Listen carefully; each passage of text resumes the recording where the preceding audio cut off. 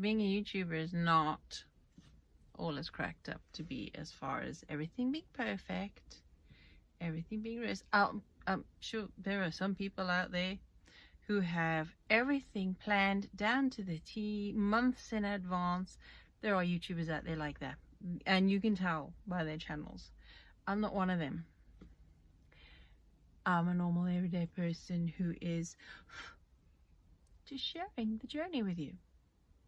So welcome to Blue Garden Cottage and my self-reliance journey. And I'll be sharing with you today a doozy of a bimbo moment. Serious bimbo moment. Oh my days. It's quite embarrassing, really. You know how I've been working really hard to get my book published and get it out there. And you know, I did that. I sorted out all the issues with it, and I'm waiting here, and I'm thinking I need to order a copy so that I can show you on the channel and talk about it a bit more. And I went to order one, couldn't order it. They'll notify me as soon as it becomes available. So I went on to the publisher and tried to find out what's going on there, and no, it's been published. And then I wondered what could be going on. And then I realized there was something really important as a self-published author I needed to do, because I'm self-published, so I am responsible for a couple of the legalities as far as the ISBN numbers go. If you know about that, fine, switch off now. If you are going self-publish, you could either pay for your ISBN through the publisher that you're using, or you could buy your own ISBN numbers. And it depends on what country you're in. America have their own company that deals with that. In the UK, it's Nielsen Book Services, I think, or ISBN Services that keep a record of all the ISBN numbers and issue them. They sell them. So it was cheaper to buy a batch of 10 ISBN numbers than to buy just one. So I bought 10 ISBN numbers. So that's ISBN numbers sorted for 10 books that I want to publish, and it was cheaper to do that. So I thought, great, I've got that, I've got my numbers, and I put my number on my book. And of course today I just realized I haven't registered the book title to that specific ISBN number. Then I went to Nielsen and I had to register with the ISBN editor. And that could take up to 5 days, 5 or more, for them to accept my registration before I can actually attach that book title to the ISBN number. And then I realized another issue that was an actual legality. So the ISBN numbers is just, it's an admin thing, but it does cost. But the legal issue was the British Library. By law, every book published, and even ebooks, CDs, DVDs, pamphlets, newspapers, things like that, every single one of them, you have to by law submit one copy of each publication. By law has to be submitted to the British Library within a month of publication. I clean forgot about that. So I registered quickly, and it even takes a while for them to accept my registration. So Dipsy day. But I'm so grateful that I remembered. Imagine if I got a legal notice through the post. Oh my days, because I'd failed to do something. And in a year's time, nobody's buying my books because they don't even know it's out there and it's not available. It's out there, but you can't buy it. Oh my word. We live and learn, you know. That's because the last book I wrote was published by a self-publishing company, but it was not one I would ever use again. But they were supposed to have dealt with all of that stuff. I'll have to double check the library to see if it ever was true, if they ever have submitted copies to the British Library. And I am not ashamed to admit my mistakes in public, in YouTube, on my channel, to everybody out there to know just how Dipsy I can sometimes be. I mean, it's not just that it's that, it's the total craziness of busyness. That's why things have to be simplified. That's why I'm working so hard to try and simplify things, to clear out, to gut my whole life, be it the house, the work, my mental, my mind, my body. Everything needs an overhaul for a proper big time reset if I'm going to avoid losing my marbles. Moving on. Waiting for that to be done. So yet another delay, and wait for the book to get to you, or just out there. We live and learn. I heard it said once, the lessons least forgot are the lessons hardest learned. If you can't learn from your mistakes, then you're in a heap of trouble somewhere along the line. And I'm learning from my mistakes. Day 2, back again. Anyway, so, and if you are planning on writing a book, do consult the experts. Thousands of them on YouTube. But I suggest having a checklist. Having a checklist for when you finish your writing and what you want to do next. I'm going to be working on that checklist. I'll create a PDF and I'll put that up in one of the book videos. And everybody's checklist will be different. I was going through a few videos where they talk about their individual checklists, and they're also different. They're also very different. I think there are a few essentials that everybody needs to remember. Anyway, while you watch me paint, that's a bit too bright. So I'm gonna see if I can get it slightly darker but still within the color. Anyway, writing. I've had so many setbacks, and some people would say, well, don't you think that's a sign that it shouldn't be? No. Sometimes the best things, the right things, have plenty of opposition. I just consider this as opportunities instead of opposition. Opportunities to learn and grow and fine-tune things. I don't consider them total setbacks. I'm just... I'll do 2 things at once while I'm at it. I might not get another chance again. See, just a teensy tiny little speck on the bottom for now. See how that goes. Oh, buttons. You're supposed to be happy just chilling and keeping me company, girl. The view is not so pretty and picturesque and cottage-like out there from the window, but it's still feels good sitting in here. Self-reliance journey. How many years has it been? Other people can get it done and going like in months, even weeks. Why is it taking me years? Maybe there's an issue of focus and being split in so many different directions, having so many different things that I need to do, that it just has to take time. Everybody's so different in their approach and their needs and their commitments and the things they have to do, and prioritizing as well. I could be a total cow and just say to everybody, well, stuff you. I am busy doing my thing and that's what counts most. I could say, sorry, you're all on your own. Forget the housework, just do what I want to do and focus on that only. And yeah, sure, I could get it done very quickly doing that. But that is one of those scarcity mindset attitudes. So I need to find a balance between a scarcity mindset and an abundance mindset, as far as that's concerned. Oh, by the way, while I'm at it, I'm busy working on a course. suburban homesteading and council house homesteading.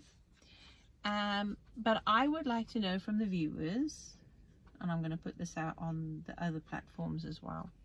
I'd like to know from my viewers, you know, if you have any ideas of ever doing or starting suburban homesteading. Do you have any questions about it? Is there anything specific you'd like to know about suburban homesteading, council house homesteading, both of those topics, related topics? Let me know in the comment section.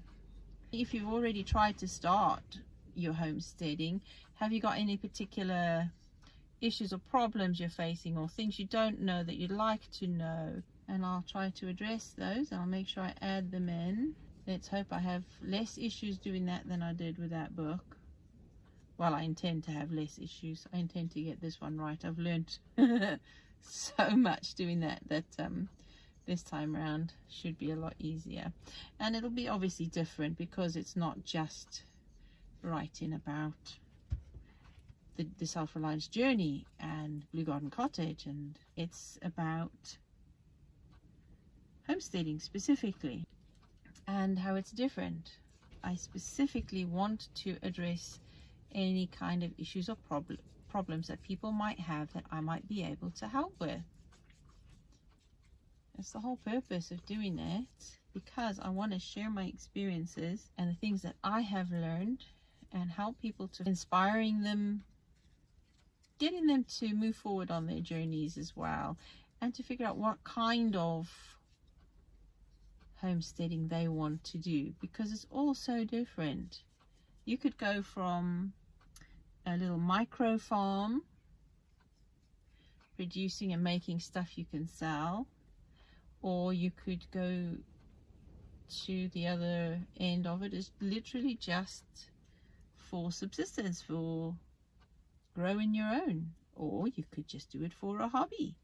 Any one of those are still applicable in homesteading, because of course homesteading in the US was something that started very long ago. I'll add that all in. I think I've already added it into the book I've already written. I've spoken a bit about that as well, but it has evolved, and I think it means something slightly different in the UK. We used to call it a small holding, but that's a very different thing altogether. It involves land, and it's mainly to do with animals or plants and growing, even CSAs, community supported agricultural schemes. But homesteading is something different. It's not just that, and modern homesteading especially can apply in all sorts of different settings, whether it be a modern gardener, you don't want to do traditional gardening and homesteading, you can have that in a modern application as well, and not sacrifice your strict modern sensitivities and designs. You can still do homesteading in a situation like that. It could still be a beautiful thing. Where I'm coming from personally, oh sorry, knocking the microphone, where I'm coming from personally is from the old-fashioned good life idea, Tom and Barbara, but with, again, something more applicable to now, to me, and the way I like to think about things and do things. And it was a very different situation and a very different time period, so I would like to bring a more recent twist to homesteading, and especially from view as well, on the other scale of whether you own your property or rent it, or if you're a council tenant in the UK, or any home association, housing association, in social housing that is, how it applies in there and how you can do it in that situation. So that's where I'm coming from, I think, in that direction. So if you have any questions in that direction, do let me know. I'll see if I can help you out and add it to the course material. And of course, because it's aimed at suburban homesteading and those in social housing, it's going to be different to the stereotypical courses run by many people these days. I absolutely hate webinars. I really do. There's always that catch at the end of a webinar for you to sign up. They give you a whole bunch of information that's great to start with. And to be fair, I have learned a lot from many webinars. I really have. But it's never enough to actually put you where you need to be. And when you are on an extreme budget and you don't have the money, usually these courses tend to be quite dear. And you're thinking, well, thanks for that.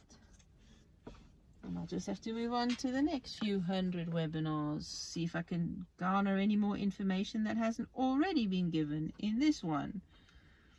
So I'm not a fan of webinars because they are basically courses, and they are free, but it's free information that doesn't actually give you tools. The tools is what you pay for. I understand that. It's a job, that's their living, that's their income. It's exactly what I want to do, is make a living out of sharing the information that I have learned, teaching in a way, giving people tools. That's what I'd like to do and want to do.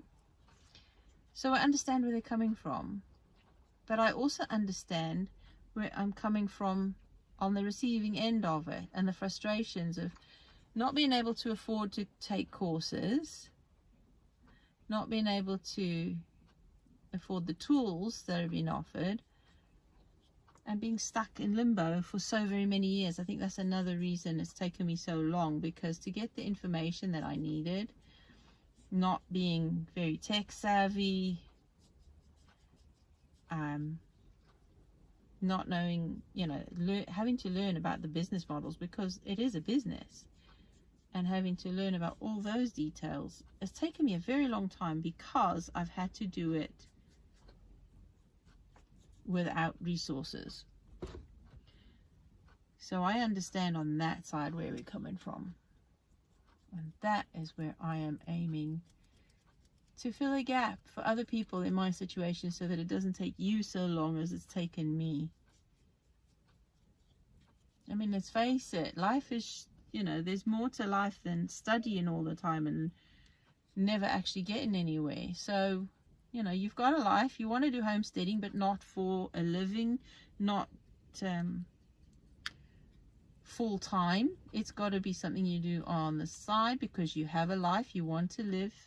And of course, today people don't want to be working more than 40 odd hours a week, and most people don't want to work even that, because they want to spend time with their families.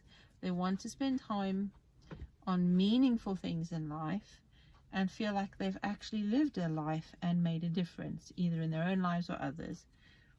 So that is where I am coming from. How can I help you do that as far as homesteading is concerned?